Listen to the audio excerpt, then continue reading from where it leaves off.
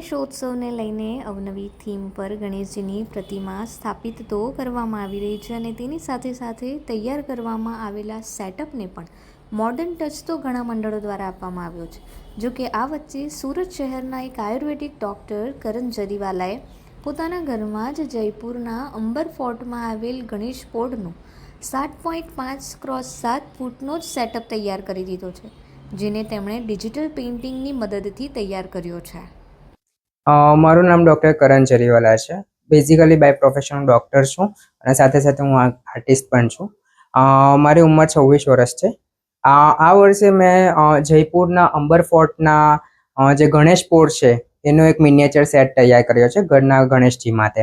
સુરતની અલગ અલગ શેરી મોહલ્લામાં ગણેશજીની મૂર્તિઓ તેમજ મંડપ વર્ષોથી આકર્ષણ જમાવતા આવ્યા છે, ત્યારે આ આયુર્વેદિક ડૉક્ટર કરણે તેમના ઘરમાં જ તૈયાર કરેલા ગણેશ પોળનો સેટઅપ હાલ ચર્ચામાં છે. ઉલ્લેખનીય છે કે તેમની ગણેશજીની મૂર્તિ તો 2.5 થી 3 ફૂટની જ છે, પરંતુ તેને માટે તેમણે 7 ફૂટનો આખો સેટઅપ જ તૈયાર કરી દીધો છે, તે પણ મહેલના બેઝ ઉપર.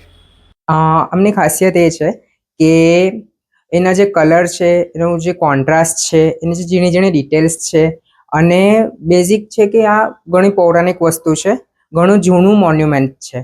તો એ ઓવરઓલ એક ઇન્ડિયાનો એક હેરિટેજ છે. તો એ હેરિટેજને મેં રિપ્રેઝેન્ટ કરવા માટે આ થીમ ચૂઝ કરી છે.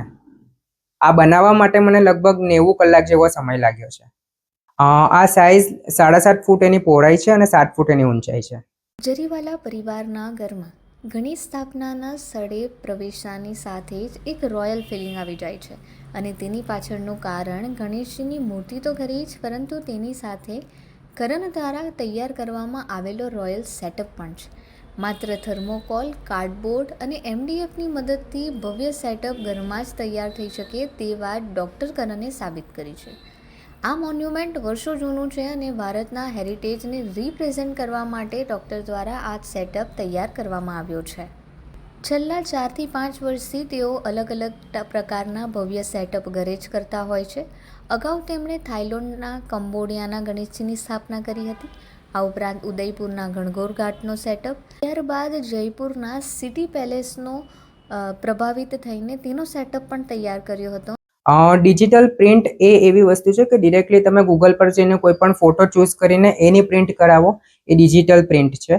અને ડિજિટલ પેઇન્ટિંગ એવું છે કે કોઈ પણ ફોટો હોય તો એના પરથી તમે ઇન્સ્પિરેશન લઈને જાતે ફોટોશોપમાં ટેબથી તમે તૈયાર કરો અને એના પછી તમે જે ઓવરઓલ જે ચિત્ર તૈયાર કરો એ ડિજિટલ પેઇન્ટ છે.